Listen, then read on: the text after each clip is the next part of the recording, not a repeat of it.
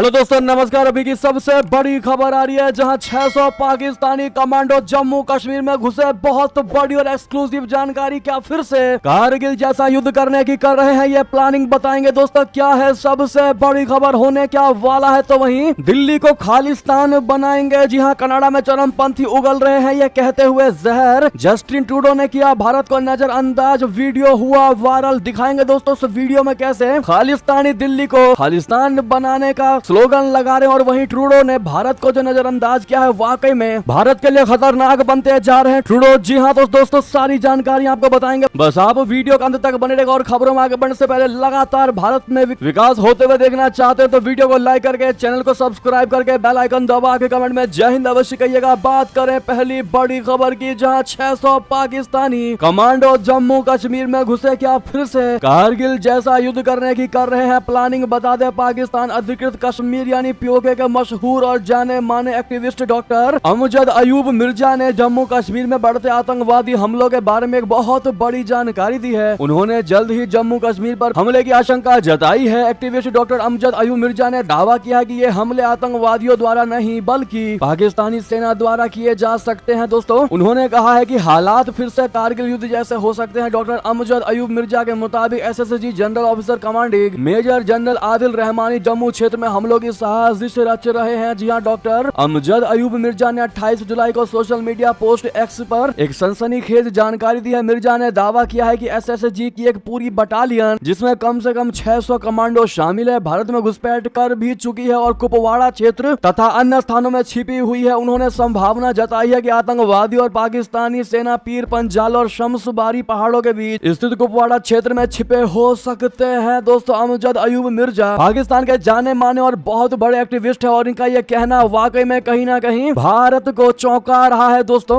उन्होंने दावा किया है कि स्थानीय जिहादी स्लीपर सेल कथित तौर पर पाकिस्तानी सेना का समर्थन कर रहे हैं, भारतीय क्षेत्र में उनकी गतिविधियों को सुविधाजनक बना रहे हैं। उन्होंने यह भी दावा किया है कि पाकिस्तानी सेना के लेफ्टिनेंट कर्नल शाहिद सलीम जंजुआ जम्मू में हमलों की कमान संभाल रहे हैं, जिसका लक्ष्य भारतीय सेना की 15वीं कोर पर हमला करना है। जी हाँ दोस्तों, अब ऐसे में आप शायद भारतीयों के कहने पर भरोसा ना भी कर रहे हो, लेकिन खुद पाकिस्तानी एक्टिविस्ट ये कह रहे हैं कि पाकिस्तान से 600 पाकिस्तानी कमांडो भारत के जम्मू कश्मीर में घुसपैठ कर चुके हैं। जी हाँ, और वो बताए गए जगह पर छुपे हुए हैं। जी हाँ दोस्तों, वैसे में आपको यकीन तो हो चुका होगा कि पाकिस्तान में कोई एक व्यक्ति आतंकवादी नहीं, यहाँ तक कि पाकिस्तान की सेना में आतंकवादी छिपे हुए हैं। आतंकवादियों की भर्ती करवा रखी है शहबाज की सरकार ने। अब कमांडो भी आतंकवाद के रूप में भारत में घुसपैठ कर रही है, भारत को दहलाने की कोशिश में लगी हुई है। अब इसका मुंह तोड़ जवाब देखते हैं भारत की मोदी सरकार कब देती है और कैसे देती है। लेकिन ये विचार करने वाली बात है, जो कमांडो जिसको देश की रक्षा के लिए बनाया जाता है, वो आतंकवादी बनी बैठी है पाकिस्तान में। इस पर आपकी राय तो बनती है दोस्तों। इस वीडियो का जितना ज्यादा हो सके, जितना भी ज्यादा हो सके शेयर करिएगा व्हाट्सएप, फेसबुक, ट्विटर पर, ताकि हर कोई पाकिस्तान की इस नापाक चाल को समझ सके। जी हाँ, वीडियो को अंत तक देखने के बाद शेयर करिएगा। तो वहीं बता दें, दिल्ली को खालिस्तान बनाएंगे। जी हाँ, कनाडा में चरमपंथी उगल रहे हैं, ये कहते हुए जहर जस्टिन ट्रूडो ने शिकायत के बाद भारत को ही कर दिया नजरअंदाज। बता दें, कनाडा में भारत विरोधी गतिविधियां जारी हैं। खालिस्तानी समर्थक लगातार भारत के खिलाफ नारेबाजी कर रहे हैं। पिछले दिनों मंदिरों में तोड़ फोड़ की खबरें सामने आई थी। अब यह खबर है कि खालिस्तानी समर्थकों ने जनमत संग्रह शुरू कर दिया। इसको लेकर हजारों सिख रविवार को अल्बर्टा के कैलगरी म्यूनिसिपल प्लाजा में इकट्ठा हुए और भारत के खिलाफ भड़काऊ बयान दिया। इसमें किल इंडिया और दिल्ली बनेगा खालिस्तान के नारे लगाए गए। इसको लेकर भारत ने जब शिकायत दर्ज कराई, लेकिन प्रधानमंत्री जस्टिन ट्रूडो ने इसको नजरअंदाज कर दिया। जब यहाँ पर भारत विरोधी नारे लगाए जा रहे थे तो कनाडाई पुलिस चुप खड़ी थी, एकदम चुप खड़ी थी। दोस्तों, सिटी न्यूज की रिपोर्ट के मुताबिक रविवार को यह जनमत संग्रह सुबह शुरू हुआ और शाम तक जारी रहा। इसमें अल्बर्टा में मौजूद सिख लोगों ने हिस्सा लिया। हरदीप सिंह निज्जर का परिवार सबसे पहले वोट डालने आया था। बता दें कि निज्जर की 28 जून 2023 को कनाडा में हत्या हुई थी। इसको लेकर कनाडा ने भारत पर आरोप लगाया था। तब से लेकर अब तक भारत और कनाडा के रिश्तों में तनाव की स्थिति है। और दोस्तों, ट्रूडो की चाल से क्लियर दिखाई दे रहा है कि ट्रूडो का पूरा सपोर्ट है इन खालिस्तानियों को। जिस प्रकार से भारत को नजरअंदाज किया है, ट्रूडो ने एक क्लियर कट खालिस्तानी सपोर्टर दिखाई दे रहा है, जिसको नजरअंदाज नहीं किया जा सकता। ऐसे में अगर आप भी मानते हैं कि भारत को नजरअंदाज करके ट्रूडो अपने ही पैर पर कुल्हाड़ी मार रहे हैं, तो अपनी राय अवश्य दीजिएगा आप लोग दोस्तों। तो वहीं बता दे, तुर्की की धमकी के बाद भड़का इजराइल। तुर्की ने कहा सद्दाम हुसैन जैसा कर देंगे हाल, जिसके बाद इजरायली मंत्री ने किया पलटवार। दोस्तों, फलस्तीन में इजरायली हमलों को लेकर आज तुर्की के राष्ट्रपति तैयब एर्दोगन का बयान चर्चा का विषय बना। बन गया है। दरअसल एर्दोगन ने फलस्तीन में हमले न रोकने पर इजराइल को धमकी दी है, जिसके बाद अब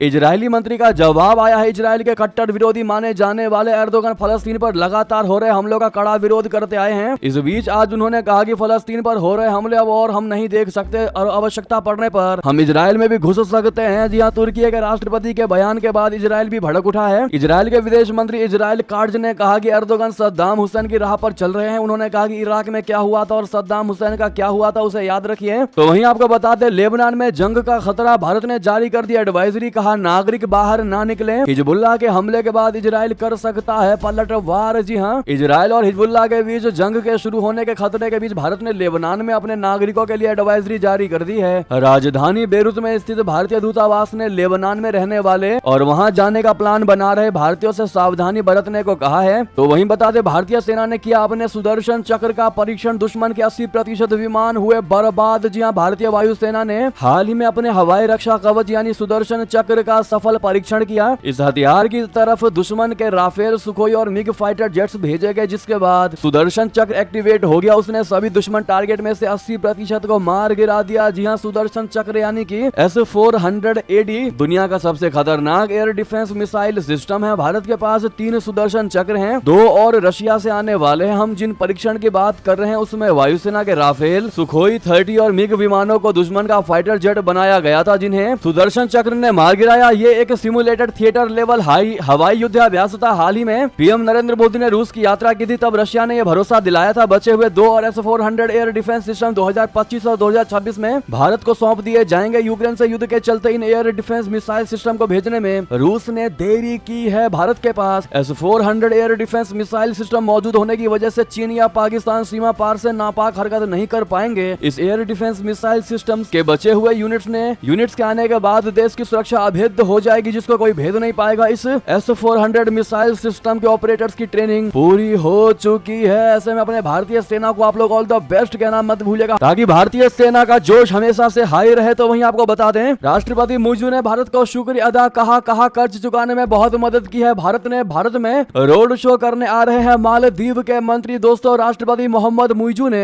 मालदीव की अर्थव्यवस्था को मजबूत करने में मदद करने के लिए भारत का आभार जताया है। उन्होंने मालदीव के स्वतंत्रता दिवस के मौके पर देश को संबोधित करते हुए कहा कि भारत और चीन दोनों देशों ने मालदीव का कर्ज चुकाने में बहुत ज्यादा मदद की है। मुइजू ने उम्मीद जताई है कि भारत और मालदीव मजबूत संबंध बनाएंगे और फ्री ट्रेड एग्रीमेंट पर जल्द दस्तखत करेंगे। मालदीव में अमेरिकी डॉलर की कमी को लेकर मुइजू ने कहा कि उनकी सरकार भारत और चीन के साथ करेंसी स्वैप एग्रीमेंट पर बात कर रही है। भारत ने नेम्बर्स फर्स्ट पॉलिसी के तहत मालदीव को 400 करोड़ रुपए की सहायता दी है। मालदीव ने इसके लिए आभार जताया और उम्मीद जताई कि भारत कर्ज के भुगतान को और आसान बनाने में मदद करेगा। जी हां, राइटर्स की रिपोर्ट के मुताबिक कुछ महीने पहले IMF ने मालदीव को चेतावनी दी थी कि यदि उसने आर्थिक नीति में बदलाव नहीं किए तो कर्ज को लेकर उसे समस्या का सामना करना पड़ सकता है। इससे पहले शुक्रवार को एक बैठक में मुइजू ने कहा था कि चीन ने 5 साल तक के लिए कर्ज चुकाने से राहत दे दी है। तो वहीं बता दें, रूसी सेना में काम कर रहे 10 भारतीय लौटेंगे। पीएम मोदी ने पुतिन के सामने उठाया था नागरिकों की रिहाई का मुद्दा। बड़ी खुशखबरी भरी खबर, रूसी सेना में काम कर रहे 10 भारतीय नागरिक जल्द वापस लौटेंगे भारत। ये जानकारी केंद्रीय विदेश राज्य मंत्री कीर्ति वर्धन सिंह ने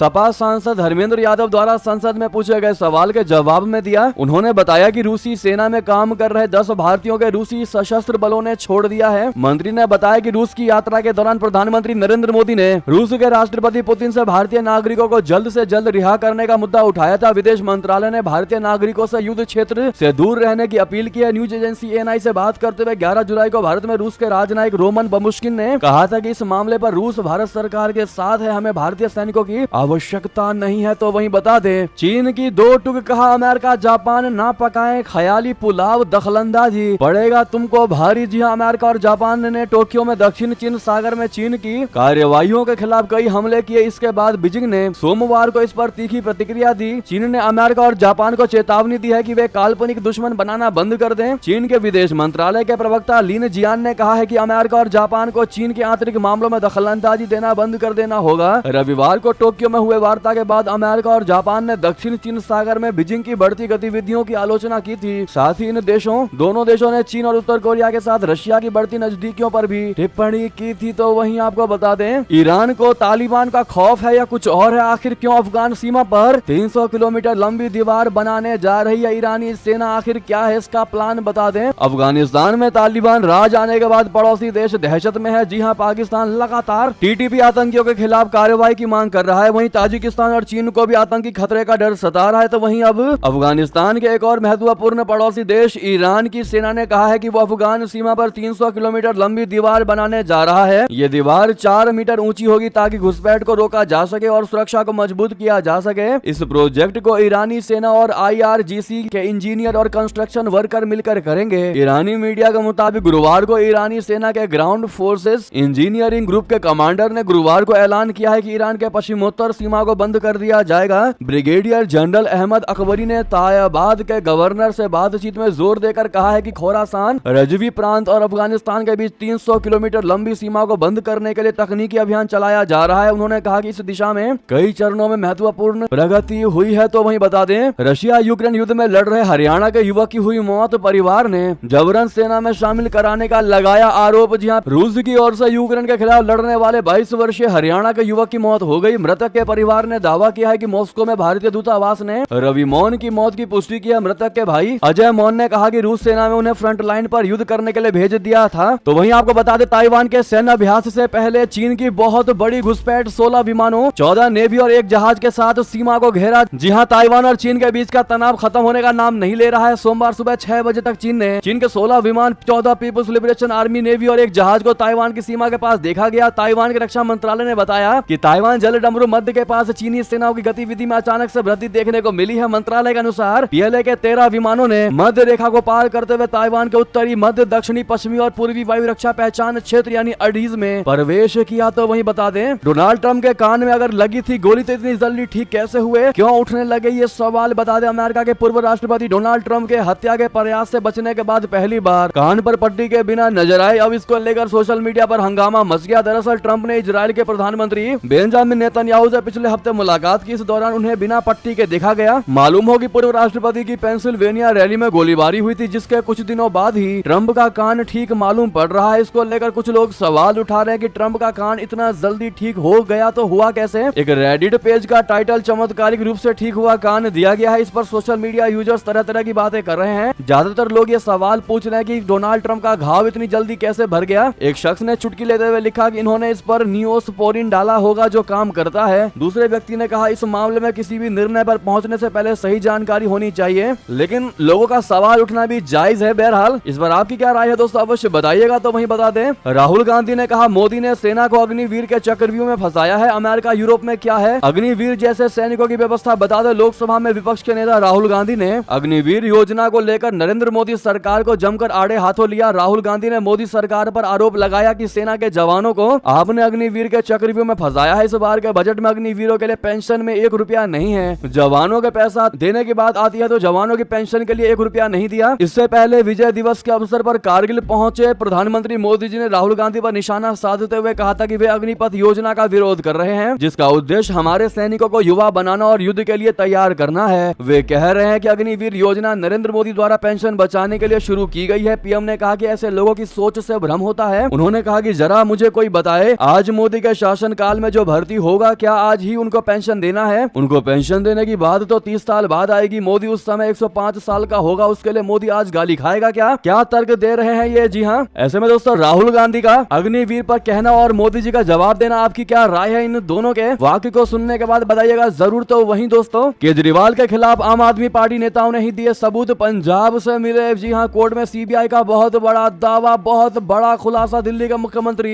अरविंद केजरीवाल अभी जेल से निकलेंगे या नहीं, ये अब दिल्ली हाई कोर्ट के फैसले पर निर्भर है। हाई कोर्ट में केजरीवाल की जमानत याचिका पर सोमवार को सुनवाई हुई। कोर्ट ने दोनों पक्षों को सुनने के बाद ये फैसला सुरक्षित रख लिया है। सीबीआई ने जहां केजरीवाल को घोटाले का मास्टरमाइंड बताया, तो वहीं दिल्ली के मुख्यमंत्री के वकील ने कहा कि जांच एजेंसी के पास कोई सबूत नहीं है। जस्टिस नीना बंसल कृष्णा की अदालत में केजरीवाल की ओर से पेश हुए वरिष्ठ वकील अभिषेक मनु सिंघवी ने सीबीआई की इस दलील का विरोध किया है कि दिल्ली के मुख्यमंत्री को जमानत के लिए पहले ट्रायल कोर्ट जाना चाहिए। सीबीआई ने बताया कि अरविंद केजरीवाल की गिरफ्तारी के बाद उन्हें नए सबूत मिले हैं। सीबीआई के वकील ने कहा कि गिरफ्तारी के बाद हमें सबूत मिले हैं, उनकी पार्टी के कार्यकर्ता और उम्मीदवार ही जवाब देने सामने आ गए। ये पहले नहीं आ रहे थे, हमें पंजाब से सबूत मिले हैं जो पहले सामने नहीं आया था। उनकी गिरफ्तारी रेयर है, लेकिन हमारे पास पर्याप्त सबूत है। जी हाँ, ये सीबीआई का कहना है कोर्ट में। तो दोस्तों वहीं ये थी अभी की सारी बड़ी खबर। खबर। आपको हमारी खबर कैसी लगी, आशा करता हूँ बहुत अच्छी लगी होगी। थोड़ी भी अच्छी लगी है तो वीडियो को लाइक करके, चैनल को सब्सक्राइब करके, बेल आइकन दबा के कमेंट बॉक्स में जय हिंद अवश्य कहिएगा। मिलता है अगली बड़ी खबर में। बहुत बहुत धन्यवाद। शेयर करना मत भूलिएगा दोस्तों वीडियो को। व्हाट्सएप, फेसबुक, ट्विटर पर शेयर कर दीजिएगा। जय हिंद, जय भारत।